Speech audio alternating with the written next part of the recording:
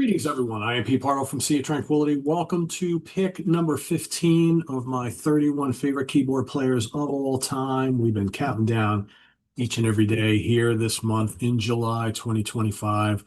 Our 31 favorite keyboard players, one each day from any genre: rock, pop, blues, metal, hard rock, classic rock, prog rock, jazz, fusion. Doesn't matter.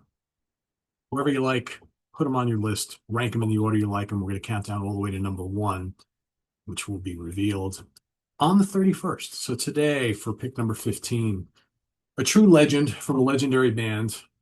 He's no longer with us, but he's well remembered. And one of those players that, when you think of this band that he was from, most of the time people talk about the singer. But when you really get down to it, there would be no The Doors without Ray Manzarek. Absolutely amazing player, very identifiable sound. Of course, he of the Vox Continental organ, right? That's that classic sound, that Doors sound, ever present in most of their songs. Also, Fender Rhodes electric piano doing the bass lines on that, right? So of course he doing both, especially live. I mean, they were bringing in bass players into the studio from time to time on some of their albums, but for when playing live, they didn't bring it. They didn't have a bass player.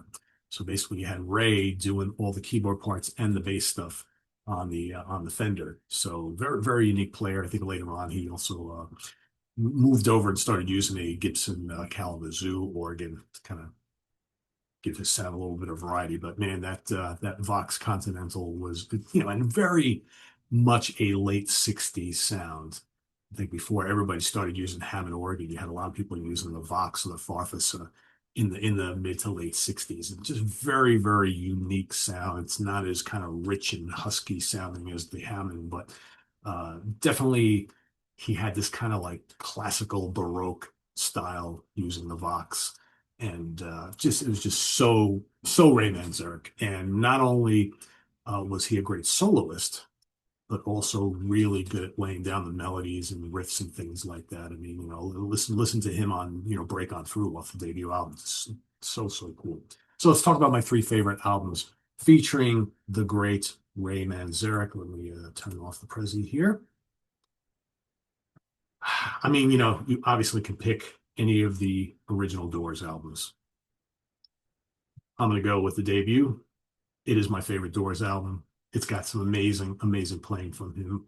The ends, I just mentioned Break On Through, the Crystal Ship. Oh, that's just so gorgeous. It's so gorgeous because of Ray. Soul Kitchen. I mean, we could just go through every single song on here. Light My Fire, of course. End of the Night, 20th Century Fox. Killer stuff. Killer stuff. Like I said, he didn't just use organ. He would use other things, right? But you can find some piano, certainly a lot of Doors song, a little harpsichord. It's all sorts of things. But mainly it's that Vox Continental, a landmark legendary album.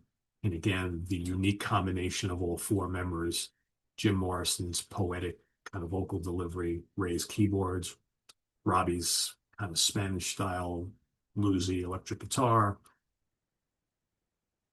and Mr. Densmore on the drums, right? Jazzy touch there. All right, album number two. I'm gonna go with Strange Days. It's my second favorite Doors album. This is that first album is psychedelic enough, but this is truly their psychedelic album. I mean, I had to pick this for when the music's over, right? So much good stuff on here. All the little cool, trippy things that he's adding, all the effects on his keyboards on the title track, Strange Days, just so good. Your Lost Little Girl, Love Me Two Times. Da, da, da, da. It's just amazing. The Horse Latitudes, Moonlight Drive, one classic after another on this album. Had to pick it. So those two were kind of a given. I knew they were going to be part of my trio here. Picking the third one was kind of challenging because I have a love for all the other Doors albums that have not been mentioned so far. Waiting for the Sun, Soft Parade, Morrison Hotel, LA Woman. They're all amazing. They all have great keyboard work from Ray. Can pick any of them. So I started thinking, well, what is potentially my favorite song from one of those four albums that would elevate it to my pick number three. And I didn't pick it for my favorite song. It's close though, but I'm gonna highlight it here. From LA Woman, I'm gonna go with Riders on the Storm. Of course, is that song that elevated this to my pick number three. And there's great stuff on here too. Changeling is so good. The title track, LA Woman, it's got great stuff going on, great piano going on there, right? Crawling King Snake, Texas Radio, The Big Beat, terrific. Love Her Madly, been down so long. We can name them all, right? But Riders on the Storm, with him on the Fender Rhodes electric piano, doing something different than what he really had done in all the albums prior, right? He really hadn't used the Fender Rhodes in that fashion on any of the Doors albums until the last song on the last album with Morrison. And it's so iconic.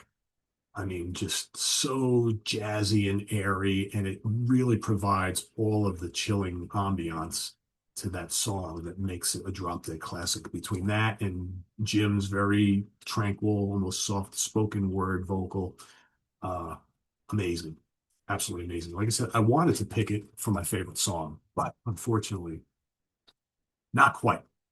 I almost was going to do a tie. It's definitely my number two favorite moment from Ray Manzarek on any song. But my favorite might be a little cliche, but I have to go with Light My Fire, and I'm going to pick it from the In Concert album because it's extended. His organ solo is just absolutely sublime on here. It's great on the original studio version too, but here we have a couple of years later, and man, he's just taking it to the moon. Just so good. I mean, it's grand, it's majestic, it's got the little classical leaning, right? It's so good. It's so good. And another iconic moment. To me, Ray Manzarek's two iconic moments are Riders on the Storm and Light My Fire. He is just as much a star on Light My Fire as Jim is and as Robbie is, right? Got that great guitar solo too there as well. Yeah, just so good. So Light My Fire is my pick for song. Riders on the Storm is real close, right? But my favorite three albums are the last one, LA Woman with Morrison. We should say there were a couple of the Doors albums after this. Strange Days and the self-titled debut. Ray Manzarek, he's my pick today. Light My Fire from the In Concert album. Let us know what you think of Ray down in the comments below. I've seen a lot of you pick him already, so he's not been forgotten at all. He's a favorite of all of ours. So he's my pick today for day number 15. We'll see you tomorrow for pick number 14. Actually, day 15 was yesterday the 15th? No, 2 days ago. All right, so it's what happens when you get the 31-day months. I get screwed up and we're counting backwards. But pick number 14 will be tomorrow as we passed the midway point. We're marching to number one. Who do you think is going to be my number one? Might as well start predicting now, right? So many people who are predicting already and wondering, I think you're going to pick this person. I think you're going to pick this. You can only pick this person, right? Remember, it's not about the best. This countdown is not about who we think are the best because, there are some guys that are just like talent-wise leagues above anybody else. Doesn't mean there are favorites. These are our favorites, right? So it's like this is all about sound and style, and sure, talent goes there as well. But it's all about whose music hits us the hardest, hits us the closest, right? So it's not about best; it's about our favorites. So we'll see you tomorrow morning for another one, right? So coming up on the channel, we've got the Monsters Den tonight. We are going to be ranking the four films in the Wishmaster series. Give me your three wishes. If you've never seen them, some pretty crazy stuff. Right? Four films. We're ranking them as we like them tonight on the Monsters Den. We've also got coming up, we've got the next installment, the 4 Fusion Friday Song Battle. Right? So that's coming up tomorrow. We've also got the next episode in Let's Jam. I'm on that one. So it'll be myself, Chris, and Eric talking about the early mid 70s kind of rock scene, the jam, how it blends with the jam scene, the birth of the jam scene, and some rock bands that did a lot of jamming live in concert. So that's the episode for tomorrow. We've also got the review crew coming up on Saturday, and I will be ranking my top 10 albums from Black Oak, Arkansas on Sunday.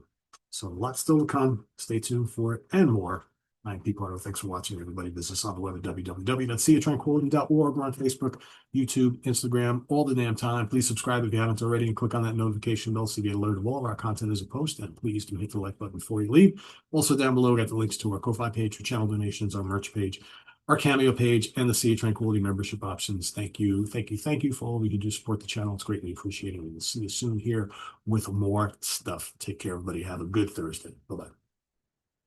Oh, and Martin Popoff and myself at the Funhouse tomorrow, and Ken Golden with the Laser's Edge with the Professor's Picks. Almost forgot about that.